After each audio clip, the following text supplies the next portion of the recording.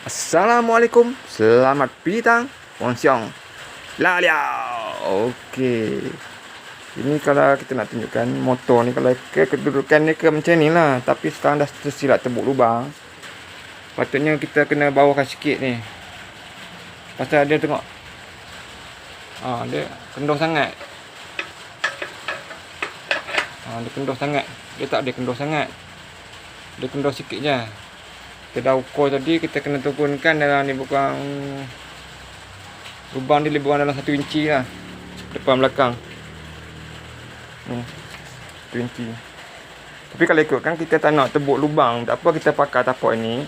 Kita cuma tukar bel je lah. Kita beli bel yang ini 52, kita cari bel 50, bel yang 50 ataupun 51. Rasanya 50 lah, 50 boleh lah. Bel 50. Kita nak kena siapkan hari ni juga, pasal besok kita dah tak boleh buat sangat. Pasal besok kita nak siapkan ni.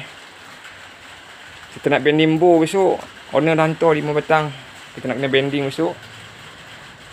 Kita boleh lah buat sikit-sikit, tapi besok keutamaannya inilah kita nak buat dulu besok. Okey, cukup sampai di situ saja. Assalamualaikum, selamat petang, Wang Xiong. Ciao, si.